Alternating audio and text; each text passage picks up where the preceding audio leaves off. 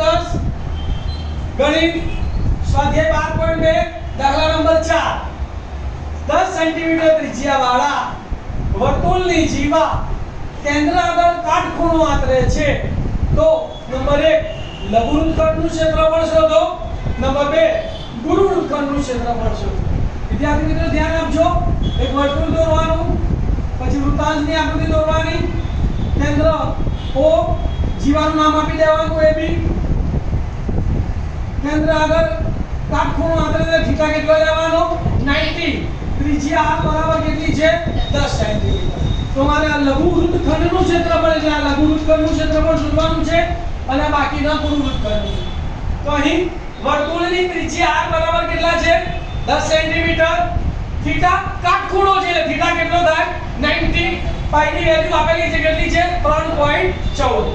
હવે લઘુવૃત્તખંડના ક્ષેત્રફળનું સૂત્ર તમને બધાને યાદ છે કે લઘુવૃત્તખંડનું ક્ષેત્રફળ બરાબર લઘુવૃત્તાંશનું ક્ષેત્રફળ માઈનસ ત્રિકોણ OAB નું ક્ષેત્રફળ।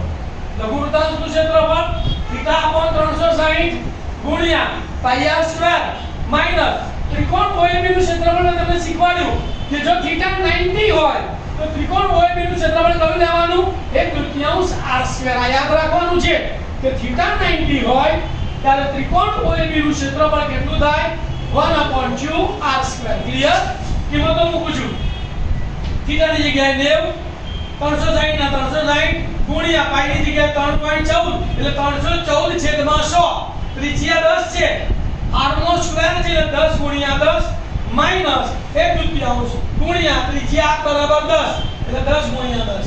છેદુડા અહીંયા ધ્યાન આપજો, શૂન્ય ગઈ 9 એકા 9, 9 ચોક 36, શૂન્ય ગઈ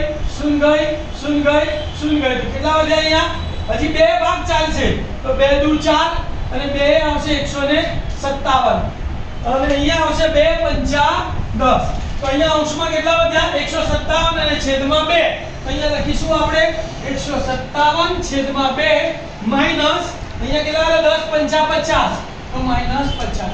157 ભાગ્યા 2 કરો ચાલો તો 2 સીતા 14, 15 માંથી 14 એક વધ્યા, ઉપર જુદાનો 7 એટલે 17 થયા, 2 અઠ્ઠા 16 એક વધ્યો દશાંશ ચિહ્ન ઉપર જુદાની 0 એટલે 10, 2 પંચા 10 78.5 માઈનસ 50.0 દશાંશમાં કરી દીધા તો બરાબર 28.5 ચોરસ સેન્ટીમીટર સ્ક્વેર।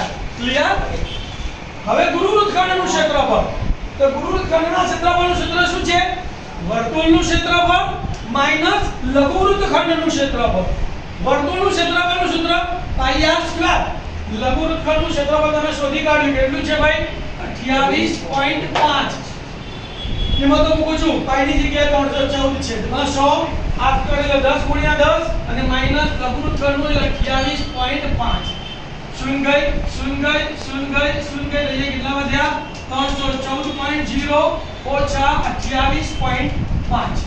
બાદબાકીમાં ધ્યાન આપજો, શૂન્યમાંથી 5 જાય ના જાય તો અહીંયા 4 ઉપર 10 કરી લીધો એટલે અહીંયા 3 આયા, 0 ઉપર 10 આયા, 10 માંથી 5 ગયા તો 5, દશાંશ ચિહ્ન ના દશાંશ ચિહ્ન, 3 માંથી 8 જાય ના જાય એટલે 1 ઉપર 10 કોઈ એટલે અહીંયા આયા 0, અહીંયા 3 ના 13 થશે, 13 માંથી 8 બાદ કરો તો કેટલા આવશે 5, 0 માંથી 2 જાય ના જાય અહીંયા આયા 2 અને 0 ઉપર 10 કો, 10 માંથી 2 ગયા તો 8 અને 2 ના 2 તો 285.5 સેન્ટીમીટર સ્ક્વેર।